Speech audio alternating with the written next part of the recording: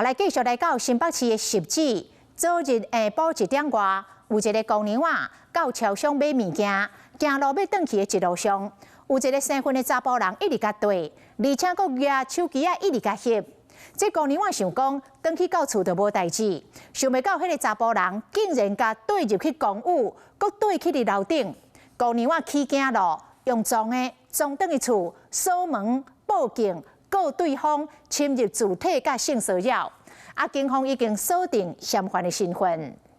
查某囡仔赶物件，本地是豆豆咧爬楼梯，也毋过雄雄感觉无对同，三步做一番冲去咧楼顶。原来是听到后壁有人咧甲对，而且摕手机啊一直甲偷翕。查某囡仔惊一个，随冲倒去厝锁门报案。到楼梯间的时候，上楼时候感觉后面有人就跟进来，跟踪着拿着手机对我家门口这样拍照的，感受到是很害怕的，对啊，蛮恐惧的，对啊。加在查某囡仔早就有警觉，因为伊去因兜附近的超商买物件时，都注意到一个青婚的查甫人鬼鬼祟祟，所以伊离开的时，都特别注意对方敢有甲跟踪。 想袂到，这个查甫人竟然甲对规路，甚至佫直接走入去伊住的公寓，规个过程落予楼梯的监视器翕得解。查某囡仔亲人打出画面，公告伫公寓1楼的大门口，提醒厝边隔壁爱注意这个穿乌衫短裤、穿浅拖的查甫人，甚至甲这个查甫人警告讲，伊跟踪住户，佮弄住户门，这行为拢已经互翕得解，希望对方自重。第一次遇到这个人，那